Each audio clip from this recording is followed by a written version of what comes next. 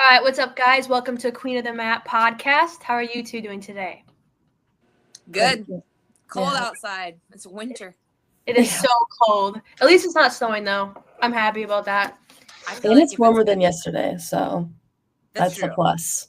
I feel like if it's going to be cold, it should snow, but... I know. Yeah, but then we have to drive in it, and it's horrible driving in snow. I hate it. Or fun. But you can... Lauren does donuts. I can see it. That'd be so funny. Okay, all right. Let's go into results. So I'm going to do results from 2 tournaments, and then we have a really broad and awesome topic today. It's probably my favorite one we have so far. Focus. Just focus. And we're going to get into whatever points we have for that. Okay, so going to the Lancer invite, this was in Brookfield. Lauren and I were actually there. We watched, and it was pretty fun. It was actually cool to see all the different girls wrestle and like put faces to the names that we talk about or the girls I've never met. So that was probably my favorite part about that tournament. So in the finals at 100 pounds, we had Camilla Garay over Destiny Parker. That was a 10-2 match. And then we had Angie Bianchi. She is back. This was her first tournament of the season in high school. She's now at 120, so she moved up from 114 last year, which I think is a pretty good decision for her because I know she was cutting a lot of weight. So 120 is probably going to be good for her. She ended up tech falling and pinning her way through the entire tournament. And there was a lot of girls who did this. A lot of like the number 1 or 2 girls were teching their way through the brackets or pinning their way. Okay, so then we also had Rosemary Triggs. She was on fire. She had a notable win over Kit Allsoccer in the semifinals. And then I believe Rosemary went to be Emma Batzler in the finals. Okay, then we had Amelia Poplowski at 132. She pinned her way through the bracket with like very quick pins. And same with Sydney Andrews at 145, also pinned her way through the bracket. Then we had Haley Fletcher, who has been at 138 I know we've mentioned this, she's been at 138 for a couple tournaments now. I'm wondering if she's going to stay at 138. I know she's kind of light for that weight, or if she's going to go down to 132. So we'll see. I'm kind of excited to see that. She also pinned and or tech falled her way through the entire bracket. So those were kind of the most notable results I had for the Lancer invite. All right, moving on to our second tournament, we had the Shiocton Girls Clausen Classic. What a name that is. Crazy. I hope I pronounced that right. Okay, so most of these final matches were also via pinfall, which I think is crazy for finals. Normally, I feel as if finals are supposed to be closer matches, but it wasn't at this tournament. So at 100, we had Peyton Fritchen over Evelyn Hurley via pinfall. At 107, we had number 7 Addison Brown over Gwen Herman, also via fall. At 114, we had Brinley Miller, which is a well-known name, over Ella Malik via fall. 138, Avery Lozowicz over Leah Kapla via fall. And I know Leah's a good wrestler, so that's a good win for Avery. At 152, we had number 1, Haley Krieger. To mention, she is 22-0 on the season. She ended up pinning Mackenzie Hendren Jones via tech, or she beat Mackenzie via tech fall. She didn't pin her. And then at 235, we had a round robin. Brooke Huffman was the winner, and there was no 185 bracket, so I'm guessing some of the girls from normal 185 bracket were wrestling 235 at that tournament. So that's all I got for results. Let's move into our main topic because I believe we have a lot of points on this one for focus. So, Brooke, did you want to go first for this? Sure. So my first point that I wrote down was about bringing, and something that I've also been focusing on is bringing focus into your practice and training. Because I feel like a lot of times wrestlers, or even I do jiu-jitsu, we go into practice and we just go and practice without a focus. And bringing in a focus of like, what do I want to work on? I know, Taya, we were talking about this before, but you were saying like or just leading with like one leg, or not like switching back and forth. Coming in with like small focuses for your practice will help. I know I was thinking, or I've heard this like from like high level athletes, like, oh, how did you kind of like get to like that next level. And it was like they started focusing in practice, not just like kind of practicing, like going through the motions. So that was one of my points that I had. Yeah. Now, Brooke, when you talk about focus and you're talking about coming in to practice with a focus, are you talking about like you're coming in as an athlete, you have a coach that's going to put you through practice, but you yourself have your own intentional focus areas that you're going to be? So maybe it's like head position, maybe like you said, I think Yes. Matea's like talking about leading with one leg. So like no matter what coach puts you through, you have your own individualized like thing that you're going to focus on, and it's going to no matter what fit in with the practice plan that coach has. That's a good point, Lauren. That's kind of what you're talking about, right? Yeah. Yeah. And I think also like one way that like I do this that helps me is like I actually have it right here, my notebook, and I write down like everything that I do in that day. So like my workouts, and then okay, I'm going to this practice with this coach, and then for my like live or like sparring, what do I want to focus on if I'm able to, right? So then and then I'm able to like see that and then say like, okay, I was able to get this, or oh, I still need to work on this, or I was able to get it once, or stuff like that. So that's one way that like is also very good. Like I'm a visual learner, so like that's one way where like when I see it down, I'm like, okay, like I can move on. I can start focusing on something else in practice. So that's like another tool that I use when trying to like focus in practice. But I completely agree with you. That was a game changer for me too, is like having a journal notebook and like writing down like before practice focus areas that I want to focus on, and then like after practice like also like journaling. So I definitely agree with you. And I just use like a cheap journal from wherever, something that was cute, pink, sparkly, whatever, like a gold pages, whatever, like a cute little journal. But now there exists a journal where if you're an athlete, the all-in journal. This is like a promo. I just had it right there. Open up like a blank page, Matea. Like there's like it's a guided journal, right? So like if you're an athlete and you're not really sure what to do, it exists. Wait, I can't show too much though, because then people are just gonna write it down and not Oh, get the journal. It's the all-in journal. Speed that part up. Yeah, we're gonna cut that out. Wait, I have one little point, like with the focus. There's some days I notice where my brain is just all over the place, and I feel like coming into practice with just one like particular focus really helps me rein it in. And when my thoughts do go all over thinking about random things, I can just bring it back to this one point, this one main focus, and that really helps me too. But I think if you go into practice with like 5 different focuses, you might just confuse yourself more than like help. So I think, what do you guys do? Like 1 or 2? I disagree. I disagree with the confusing yourself. And here's why. Like if you're starting out with it, start with 1. But and here's why I disagree, because there's multiple ways to do it.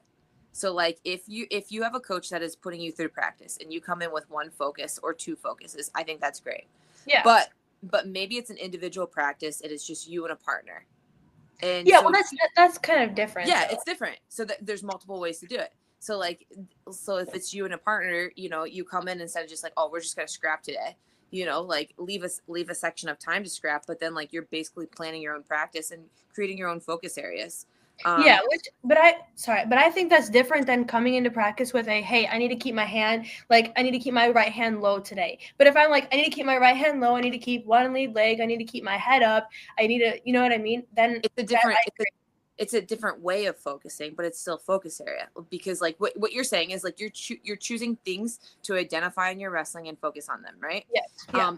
But then there's also a different way, like we would call these like focus areas, and sometimes like with a partner, I would pick 3 focus areas, and my partner would pick 3 focus areas, right? Like I want to work single leg defense, I want to work front headlock defense, I want to work getting into my shot setups. And so like I'd pick those 3, and then my partner would pick 3, and then we would set an alarm for like 5 to 10 minutes, because like otherwise sometimes we just go down a rabbit hole of staying on this one thing until we got it perfect. And then we're like, all right, we just got to set an alarm for like we'll change it every 10 minutes or, you know, whatever it is, every 5 minutes. And then we'd have a new focus area. So that's kind of a different way to do focus areas, because a lot of athletes are going to, you know, maybe be training on their own without a coach putting them through a workout. So which, I mean, I agree with that too. I agree, like writing down the different positions that you want to work on.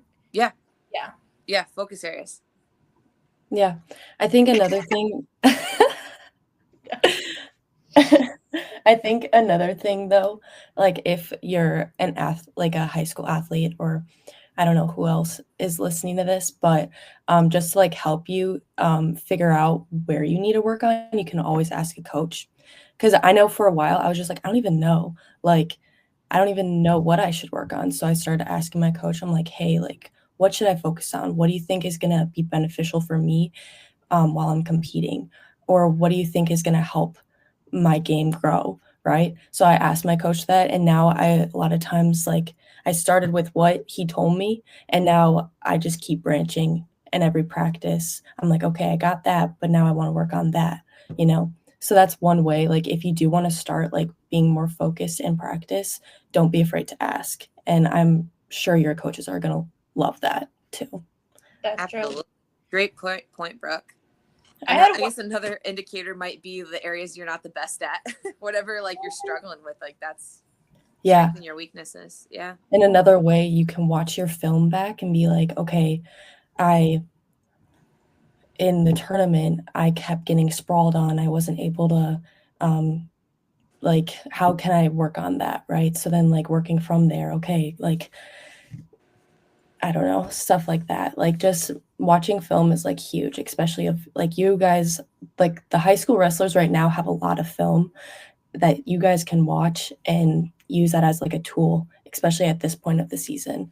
But Oh, I have a point off of that, Brooke, and because I used to, when I would watch film, think, oh my gosh, I really suck at that, or I need to get better at that. And when I was watching film, I would like shame myself for doing something bad, or kind of like tie it to my worth. And I just made a video about this today, actually.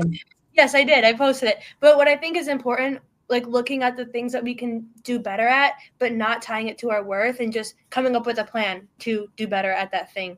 But I used to feel the same way I used to feel that way when I watched my film. Just like I did not want to watch it, especially the matches that I lost. I hated watching those. Yeah. But then like sometimes now it's like almost like a form of excitement, because I'm like, okay, I lost this match, but now I have this. Like I can watch this. Like it's like a balance between like, oh, this sucks watching myself lose, but also it's like, okay, now I know what I need to work on, right? Like I lost because of this certain thing. So it gives you more of a focus like in your practice, because you know exactly like how you lost, right? So I don't know. Yeah, I think that's a great point. Yeah, using it as a tool. Yeah. I think of focus as like the actual, like the execution part of it. You know, you've heard the saying, like, if you plan to fail, you fail to plan, you know? So I feel like you come up with a goal. So like, you know, maybe your goal is, you know, to qualify for state. So maybe that's your goal. And then you come up with a plan on how you're going to do that. No, I'm going to show up to practice and work hard, you know? And then the focus part is the execution of it, and just getting it done and doing it, like locking in on your goal. Like, I feel like focus is the execution of it.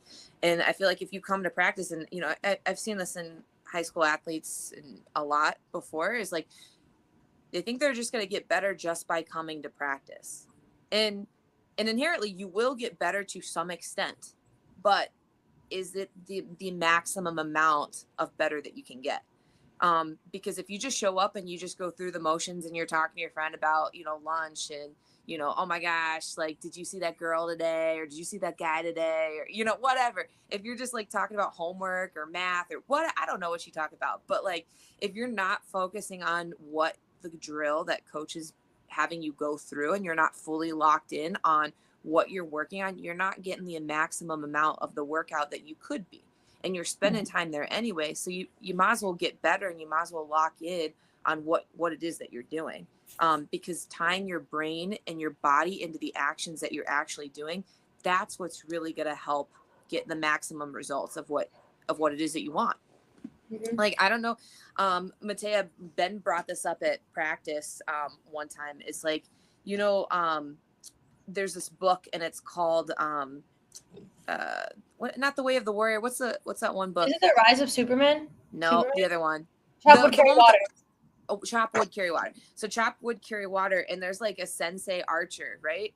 And then there's like the student. And the student like calls out the sensei and like they go and they shoot bow at like 10 o'clock at night. And the sensei, he like hits the target right dead center in the middle of the night, in the middle of the darkness. So you can't even see the target. And then he hits another arrow and it splits that arrow. And he says, when you aim with your sight and with your breath. And when I aim with everything. So he's using his entire body, his breath, his mind, his position. So it's like the same thing with wrestling. Like when you're fully locked in, when you're fully focused in practice, you're in the best position to learn the maximum results. And that's when you get the maximum results. Sorry. You're in the best position to focus and to learn the maximum that you can in practice and get maximum gains, Yeah. And but it comes from that focus and being fully locked in, mind and body connected. And I think it can almost be more difficult to lock into a 90-minute technique practice than to lock in to a 90-minute like harder like live type of practice. I think it's a different type of mental toughness to be able to stay focused that long. But sometimes, and another thing, like when I'm in practice, I'll notice my mind drifts off, and instead of like being like, oh my gosh, I shouldn't be thinking about that, I just kind of corral my focus back into, okay, what can I control right now, or what is like my main focus that I came in here with today too. And so that like kind of ties together, having that one or two main focuses. You can always bring your mind back in when you're starting, because it's like, I think it's normal for your mind to want to drift off sometimes in a practice. Absolutely. And that doesn't just happen in practice. You think about like that happens in life too.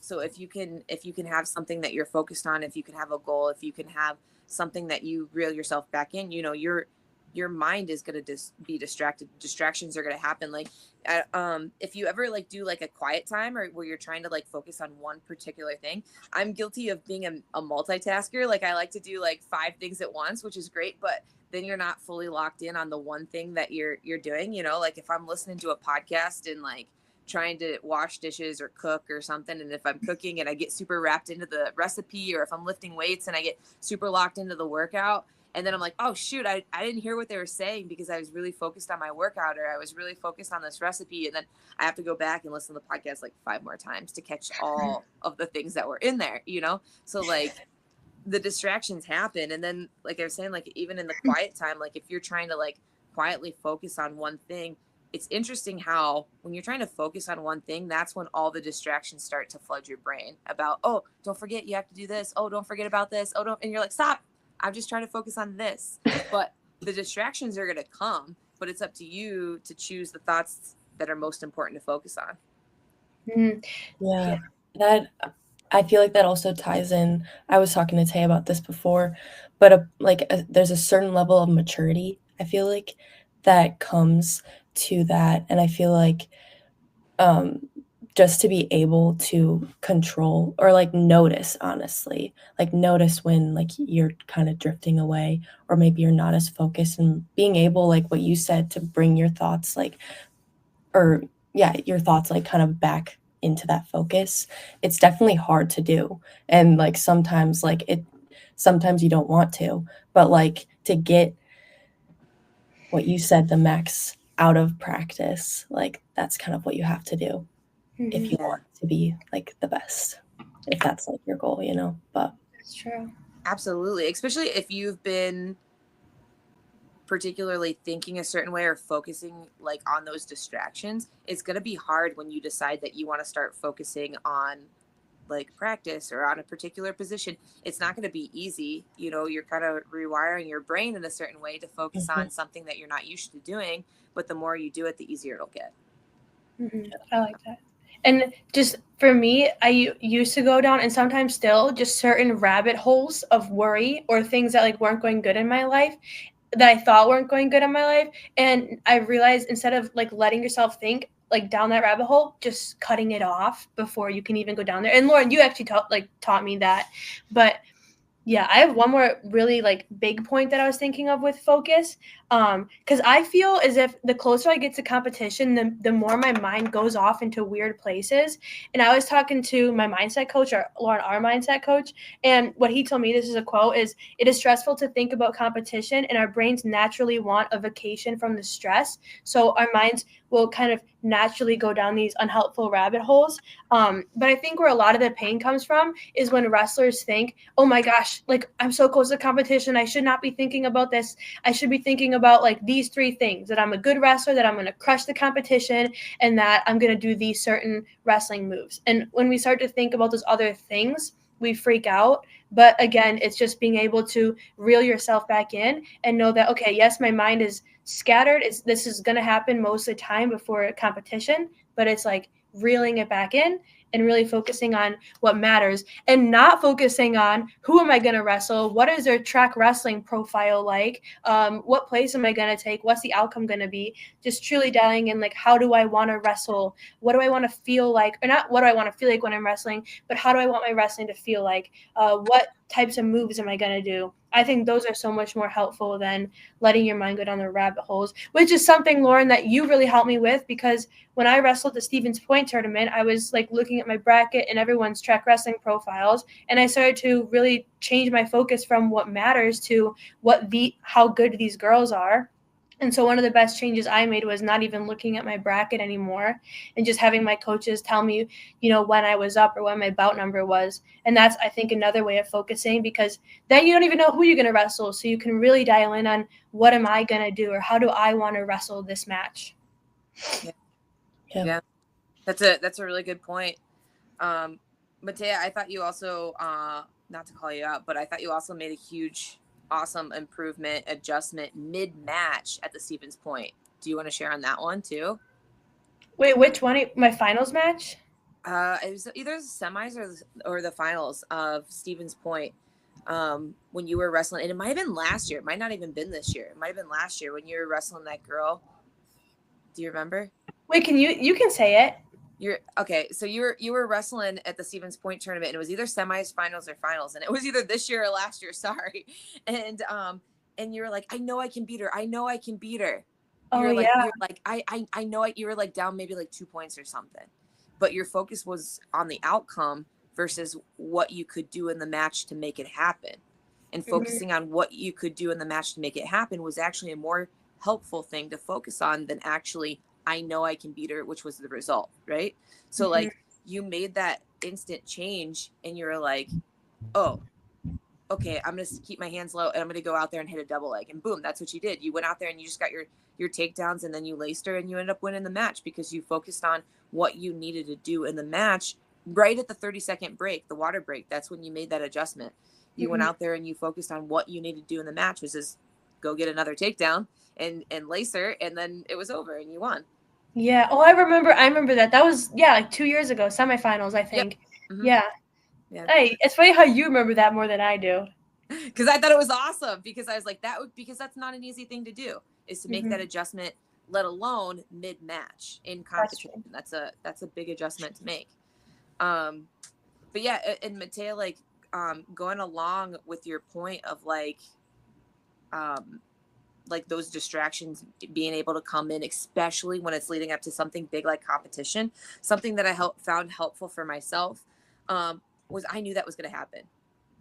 And I wasn't surprised by it. And I knew it was going to happen almost every single time, right? Like every single time. So like, again, if you fail to prepare, you prepare to fail, right? So knowing myself and knowing that was going to happen, in my wrestling notebook, Brooke, I would write out a strategy of things that I wanted to focus on, so that whenever that time came, like maybe it started to happen the night before, maybe it would happen the morning of, but I would flip to my notebook and I would call my pre-match mindset. And I would look at my pre-match mindset and the things that I wanted to focus on, the things that I thought that were valuable to focus on in preparation for the tournament, because I knew my mind was going to go here. And I knew, instead of like, it was going to be more effective for me to have something to look at and lock in on that, versus trying to reel it in on my own mind that was already spiraling, because that's not an easy thing to do. So I just opened my notebook and I'd read through the thoughts that were helpful to focus on, which is move your feet, get to your head, get your head position, keep your hands low, those kind of things that that were going to be helpful to focus on in the match. I kind of wrote those out beforehand. Maybe it was 5 days beforehand, the things that I was particularly working on, get to your positions, get your hands on them, whatever it was. And I would just focus on those the whole time and not let my thoughts go anywhere else. I like that. Yeah. So, yeah. Anybody else got any other points? Well, yes, I have a bunch, but I had this visual just put into my head, because I also think that another time a lot of distractions come up for me is in a match. I'll just have random thoughts come up, and I obviously having to reel it back in. But I just imagine I'm driving on a road and a deer runs out in front of me, and that's the bad thought, but not hitting it, just letting the thought go. Do you guys know what I mean? Just letting the thought pass instead of letting it okay, that. Oh. What kind of hunter? Oh, I thought you were saying that this is what goes through your head in a match. No, not what. Sorry, I'm doing a really. I was like, what? Imagine it the match is the road. I'm driving on the road. It's just thoughts gonna but you have to let it pass instead of thinking about it, because, yeah, whatever. That was a bad example. No, it makes sense now. I was just confused at first. Just have the thought. Let it go. Don't let it pass. Let it pass. Like a cloud or a deer running across the road. Yeah. Just let it pass. Yeah. Because that happened to me in my match at Soldier Salute, when the coach was challenging the ref's call, and we were standing for a couple minutes just walking around waiting. You mean during your 5-minute break? Yeah, it was so. That was crazy. It was a nice break. Oh, and that happens a lot too. And that happened again at that tournament too, the Soldier Salute. One of our high school athletes was wrestling, and she was competing against a girl who she kind of hit her head, and they took her off the mat to evaluate her for a concussion, which with the concussion protocols, I didn't realize with, in college NCAA that you can take them off the mat like that, and there's unlimited time for concussion protocol, which I think it's great that we're checking on our athletes and making sure that their health is, important and that they're okay. But on the other side of it, for the athlete who is waiting, that is a long time potentially to stay locked in on the match and not be like, oh, I won, because you see so many matches where they're like, oh, it's done and over. The athlete comes back, they battle, and the one who was injured wins. Because maybe the other one, the other athlete thought that they had it in the bag and it was over, and they weren't able to stay locked in and focused on the things that they needed to do. So it was kind of a shock when the other athlete comes back out, So anyway, it's just interesting to stay locked in during those times of challenge or times of injury, to recognize the importance of staying focused on what you need to have happen in a match. And it's funny. I actually have a funny story to go with this too. My popcorn story. So yeah, I do it. Yeah. So I was wrestling at Olympic trials. I think 2016 Olympic trials. They're at University of Iowa. And I remember wrestling on the mats, and they were these big elevated mats, tons of lights, coming in, and NBC was there. It was my first time being at a tournament where NBC was there, and they had the camera that comes over top of the mat like that. And in women's wrestling, it wasn't, we weren't where we are now. So in 2016, to have that kind of spotlight, it was a really big deal, and I wasn't used to it, and so I remember being out there whoa on the mat while I'm trying to wrestle my first match. And I'm just overwhelmed by all the things that are not helpful to be focusing on, And I remember looking up in the stands at Carver, and I seen some lady eating popcorn. And that's when I knew that I was not focusing on the things that I needed to be focused on, right? And I didn't know how to reel it back in. So, and I was losing the match. And on my 30-second break, I went back to the corner, and my coach at the time was Mike Durow, who has since passed. But Mike Durow, and I guess 2016, you could do this back then. And, but he smacked me across my face, smacked me across the other cheek, smacked me on the butt, and said, "You can win this." And I believed him. And so I went out there and I did. But what happened when he smacked me is it brought me back into, oh, I need to focus on this match, you know? And like, it brought me back into like, stop watching that lady in the stands eat the popcorn and go do what you're supposed to do, you know, go do what you came here to do. It's Olympic trials, you know? Yeah. So, I'm not Crazy. advocating for smacking your athletes, but it is helpful to have something that snaps you back into the moment, you know, whether it's a word or whether it's a focus area of intention that'll bring you back to the thing that you need, that's going to help you get back in the moment. I know a lot of athletes have, like, you watch Jordan Burroughs, he pulls up his socks. So after a big flurry of things, I think he's mentioned that in interviews, after a big takedown or something like that, he'll fix his socks. Or you'll see girls fix their ponytails, and that's their reset. So if you need a reset button, that could be a helpful thing. You know, I tried this thing where I was like pushing my finger like that. That didn't work for me.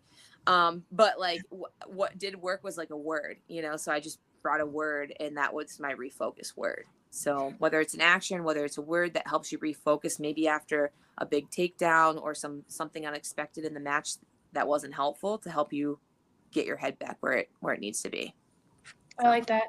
And Lauren, that reminds me, in the bigger, especially 2-day tournaments, it's so easy to lose your focus. Or even on the second day, it's like, like I wrestled so much yesterday. I had to cut weight yesterday. I just want to go home and chill. And like, it's so easy for your brain to go there. And what I realized is I think most athletes, especially on the second day, are feeling that way, but it's just about what you do with that. Like, I notice I can wrestle really good, but I'm like, I can wrestle really good even on the times where my brain is still like, I'm constantly having to reel it in. I don't know. I feel like that's so normal for competition, but just knowing, I think one thing, that you're not the only one that feels that way too. Yeah. Like, most athletes feel that way. And I think a lot of athletes on the second day of competition will like take it easy or take the easy way out while they're competing, because they don't have that grit, or they just want to go home. I've seen that a lot at college tournaments, even at Soldier Salute. Yeah. But it's like, first you need to make the decision that you no longer want to do that, and that you do want to focus on this thing. And just like anything else, the more you do it, the stronger you're going to get at it. And it's not going to be easy at first. You know, like, I know when I first started focusing on like really, really technical aspects of wrestling, or like, you think of it when you're learning a new move, you know, you learn a new move, and like your brain, sometimes my brain would hurt. I'm like, you know, I'm, you know, very much a grinding athlete. So like, when I focus and I, you know, use my brain power on moves and stuff, at first, when I first started trying it, I first started doing it, like, I'd be like, my body is not physically tired, but my mind is tired. And my mind is like, I'm like, oh my gosh, like, this is a big mental exercise, you know? But the more often you do it, the stronger you get at doing it, the better you are. That's true. Yeah. Yeah. Have you guys heard the tightrope story? I think so, but you can tell it. Like, so you think of like the people that walk with those big bamboo sticks across like a tightrope, you know? And sometimes like you'll see like in the news, like they go from like one building to another building without like a rope that catches them, and they use like the bamboo stick to like help balance, and they walk across it. And one of the things that that I've heard said about that is like, how do they get from that high point in this building to this other building, you know, without falling? It's the focus, but it's the focus on the correct thing. It's the focus on where they're going, right? Because if they look back, they're going to fall. If they look and keep focus on the direction that they want to move to, which is that next point, that other building, then they make it there. But it's when they get distracted by the height and look down that they're able to fall. So it's when they allow the distractions to distract them. So just like in matches and just like in life, like, there's gonna be distractions. There's gonna be thoughts that aren't helpful that come in, but it's a battle of who can remain focused. You know, can you remain focused on the direction you want to go? Can you remain focused on that next building? That's good. I like that. You know what story that reminded me of? Have you heard of the, like, you can walk on a 2x4 when it's on the ground, but then if you raise a 2x4 up like 40 feet, you're going to start to freak out and like, make mistakes. But that kind of reminds me of wrestling at like a small competition versus a bigger competition. It's the same thing. Like, you have to wrestle, but it can seem more intimidating. Or same thing with practice, right? Practice versus competition. It seems like it's not different, but it's so much different. And it's like, why? It's just the elevation, the distractions. Yeah, that's true. Okay, I have a couple more points. So one of them's from Chop Wood Carry Water again. And it's basically having a mission, not a goal. And I think that can help with like staying focused in the long term or for an entire season instead of having a goal, which I think goals are okay, like to win state, that's fine. But for me, a mission is to become the best wrestler in person that I can be and become the most effective wrestler. And I feel like you can never really reach a final destination. And for that, that keeps me constantly like striving for more and helps me with that focus instead of just having a goal. Yeah. Yeah. I like that. Yeah. I do too. I think that's a great reminder because I get frustrated with my grocery list in that same way. Like it's a much smaller scale, right? But I'm like, the grocery list never ends. Like you're always constantly putting something new on the grocery list. It's just never gonna That's go true. Or laundry. It's the same thing with laundry. Yes. Laundry never ends. Yeah. But and then I have one more thing, and then I think one more kind of main point. And I don't know if you guys agree or disagree, but I think it's important to have a life outside of wrestling, whether it's like you like to cook or hunt or go to church or whatever it is, just having different outlets and even having friends who aren't even in the sport because I feel like if you have a group of people who really care about wrestling, you're constantly like wanting to grow and get better in wrestling. But I think it can be a nice reset to be friends with people who don't even know anything about what you're really doing in the sport. Absolutely. Yeah. I agree. I definitely find that super, super helpful. Mm-hmm. Yeah, I do too. Absolutely. I guess I had a couple more points on the focus. You talked about when you guys were talking about the results, the Lancer Open. And Matea, you and I were there at the Lancer Open, and it was crazy to me because the Lancer Open, it was a full-on girls tournament, not just a duel, not just a match, but it was a full-on girls tournament, and it was on a Friday, which means the girls went to school all day, which means they woke up at maybe some of them get up at 5:30, 6:00, focused in school all day, and then went to practice. And practice. They went to the tournament and they had to compete at a full tournament as though you would on a Saturday. And that's a lot of focus and attention that was already zapped early in the day just from school. And then to be able to come in and lock in on a tournament, that's a lot to ask, I know we recognize it a lot going from summertime practices with athletes, seeing athletes in the summertime and they're just like, do, and then they can lock in fully in a summertime practice, right? And then when school hits, oh man, school hits and it's like they're in another world and you're like, oh, what is going on? They don't care about wrestling anymore. They're having a hard time focusing because they've been in school all day and they've had to focus on their schoolwork, and coming into practice, sometimes they're just not there because they were locked in all day. And so sometimes as a coach, being able to notice when the focus is no longer there, and then that's sometimes why shorter practices can be helpful. So like, maybe you're teaching a really technical move, and the athlete locks in on this area, and then you start to notice the focus is going downhill. And, there's a difference between the athlete not wanting to work hard and, hey, we've been focusing for a long time on learning technique. Let's spar, let's battle, let's do some live in here. Let's incorporate some other aspects of wrestling so that, because the brain is kind of wore out right now. Let's do something else. So. Dang. Lauren, I like how you're like talking about being in tune with your athletes and being willing to change and be flexible as a coach instead of, oh, we're going to do it my way in this way only. I think that's a cool mindset to have. Yeah. Thank you. Yeah. And then I guess the flip part of that, as an athlete, when you're having grace for yourself, when you're learning a new technique, because I could always feel it. I'm learning something new and I'm like, I'm not, it's not where I want it to be, but maybe it's the first time I learned it, and I'm focusing as hard as I can, but I'm missing different aspects of it. So like now I kind of know that. I kind of know I'm not going to gather every piece of the new move when I learn it. And that's why it's helpful to come back to it the next day and the next day. And every time I go back to it, I'm like, oh my gosh, I didn't realize this part of the move. or I didn't realize I was supposed to do this, because the small details are not easy to lock in on, especially when you're exposed to a new move. You learn the bigger pieces of it first. It's kind of like if you watch a movie and like you watch a movie and then like later you go back and rewatch it, you're like, I totally didn't even know this happened. When does this, what that happened in the movie? You know, the second time you pick up more details than you did the first time. So having grace for yourself as an athlete, knowing that's kind of how learning works. Ooh, that's good.